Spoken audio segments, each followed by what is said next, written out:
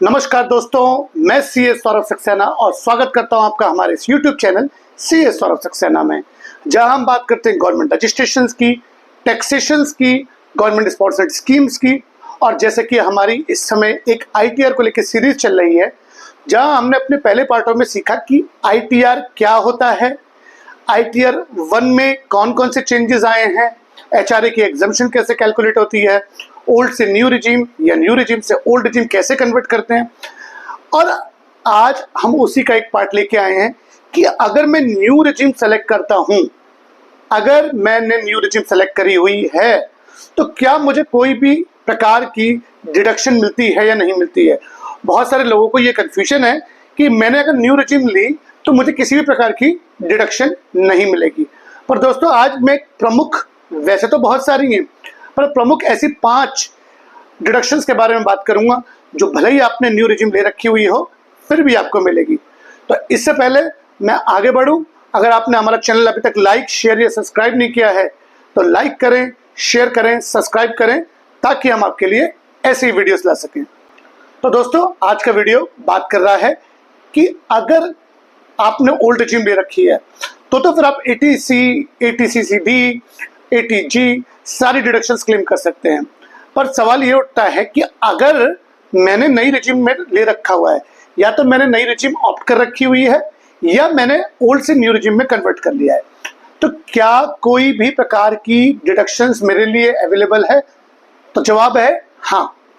तो पहले हम बात करते हैं वो 5 जो मैं आज इस वीडियो में डिडक्शन के बारे में बात करूंगा।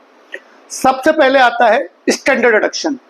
स्टैंडर्ड डिडक्शन जब आप देखते हैं कि जो भी कोई सैलरी एम्प्लॉय होता है, अगर वो ओल्ड रिजीम में है तो उसे 50,000 रुपये की फ्लैट स्टैंडर्ड डिडक्शन मिलती है।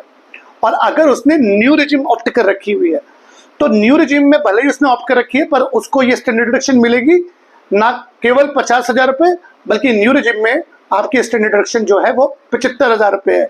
तो ओल्ड रिजीम से न्यू रिजीम में 25,000 का एक आपको एक एक्स्ट्रा एडवांटेज मिल रहा है। दूसरे नंबर की जो डिडक्शन हमें मिलती है वो मिलती है कि अगर मेरे पास कोई हाउस प्रॉपर्टी है और मैंने वो हाउस प्रॉपर्टी रेंटेड दे रखी हुई है, किराए पर दे रखी हुई है, और उस किराए पर देने वाली रेंटेड प्रॉपर्टी जो है उससे किराया तो आ रहा है, पर वो प्रॉपर्टी मैंने बनाई है लोन लेके, तो जो उसका आने वाला ब्याज है, भले ही मुझको ओल्ड रिजीम हो या न्यू रिजीम हो, आपको वो डिडक्शन मिल जाएगी। पर अगर आपका सेल्फ ऑक्यूपाइड घर है तो फिर आपको ये डिडक्शन नहीं मिलेगी।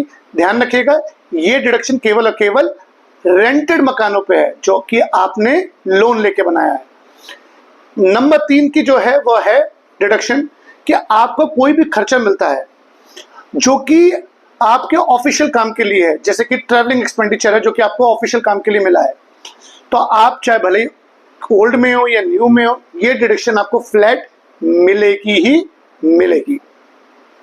चौथी नंबर की डिडक्शन है तो बहुत छोटी सी, वो है कि जो आपके पोस्टल बैंक अकाउंट होते हैं, एक तो होता है जो हम बैंक में अकाउंट खुलवाते हैं, एक होता है कि जो हम पोस्टल बैंक अकाउंट खुलवाते हैं, यानी कि डाक खाने से, वहां पे आने वाली ब्याज 3,500 रुपये तक की आपके पास भले ही न्यू रिजीम है 3,500 की वो डिडक्शन आपको मिलेगी, इररिस्पेक्टिव कि आपके पास ओल्ड है या न्यू है। बाकी आप देखेंगे किसी और में नहीं मिलती, केवल पोस्टल वाली में ही आपको ये डिडक्शन मिलेगी। और अगर मैं बात करता हूं आखिरी डिडक्शन की, तो वो है कैपिटल गेन वाली।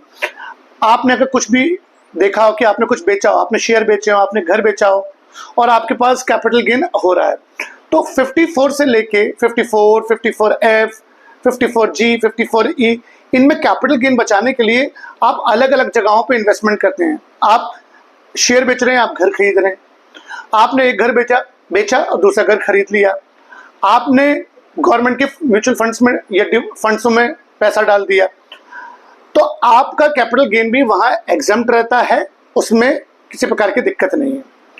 एक आखिरी और है, वैसे तो प्रमुख 5 ही थी, वो है कि अगर अग्निवीर कॉर्पस फंड जो सरकार ने बना रखा हुआ है, अगर आप उसमें डिपॉजिट करते हैं तो वहां पे भी आपको ओल्ड या न्यू कोई फर्क नहीं पड़ता, आपको मिल जाती है वहां पे डिडक्शन। तो दोस्तों, 5 डिडक्शन मैंने आज बात करी। कैपिटल गेन में आने वाला जो आप इन्वेस्टमेंट करके बचा सकते हैं वो डिडक्शन, स्टैंडर्ड डिडक्शन जो आपको मिलती है, कोई भी खर्चा अगर आपको ऑफिशियल काम के लिए, ट्रैवलिंग के लिए मिल रहा है वो आपकी बच जाती है। हाउस प्रॉपर्टी पे जो आपने किराए पे दे रखा है उधर से ब्याज आ रहा है, ब्याज आप पे कर रहे हैं बैंक को, वो आपको बचत मिल जाती है। अग्निवीर कॉर्पस फंड में आप अगर कुछ कंट्रीब्यूट करते हैं तो मिल जाती है। तो दोस्तों आज मैंने बात करी, भले ही आपके पास न्यू रिजीम हो, वो कौन सी 5 प्रमुख डिडक्शन है जो आपको मिलेगी। और अगर आप चाहते हैं मैं आपके लिए ऐसी वीडियो लेके आऊं तो आप हमारा चैनल लाइक शेयर और सब्सक्राइब करें। और अगर आपकी कोई भी क्वेरी ITR से रिलेटेड है तो आप हमें नीचे कमेंट सेक्शन में डालिए, हमारी टीम आपको जल्द से जल्द कॉन्टैक्ट करेगी। Thank you.